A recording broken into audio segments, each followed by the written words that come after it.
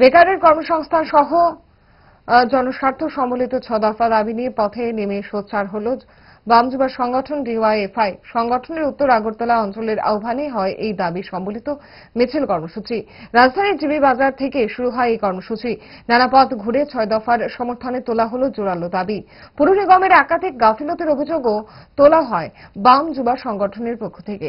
গাফিলতি নিরসনে নিগমের উত্তর জোনাল অফিসে দেওয়া হল ডেপুটেশন। কর্মসূচি প্রসঙ্গে সংগঠনের এক নেতৃত্ব কি জানালেন শোনাবো। বেকারদের কর্মসংস্থানের ক্ষেত্রে ত্রিপুরা রাজ্য সরকারকে ভূমিকা গ্রহণ করতে হবে।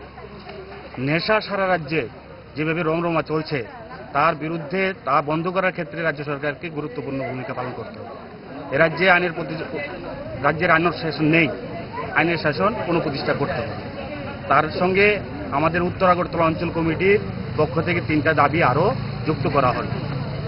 যেই ন্যূনতম যে পরিষেবাগুলো দেওয়ার কথা মিউনিসিপ্যালিটি এলাকায় সেই পরিষেবাগুলো পাচ্ছে না। আমরা 3টা দাবির মধ্যে আরও যোগ করছি যে 2F এর মজুরি ন্যূনতম 150 দিন করতে হবে বছরে এবং 600 টাকা মজুরি করতে হবে।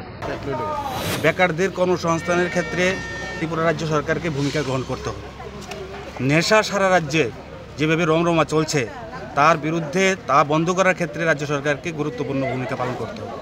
এ রাজ্যে রাজ্যের আইনের শাসন নেই, আইনের শাসন পুনঃপ্রতিষ্ঠা করতে হবে। তার সঙ্গে আমাদের উত্তর আগরতলা অঞ্চল কমিটির পক্ষ থেকে 3টা দাবি আরও যুক্ত করা হল। যেই ন্যূনতম যে পরিষেবাগুলো দেওয়ার কথা মিউনিসিপ্যালিটি এলাকায় সেই পরিষেবাগুলো পাচ্ছে না।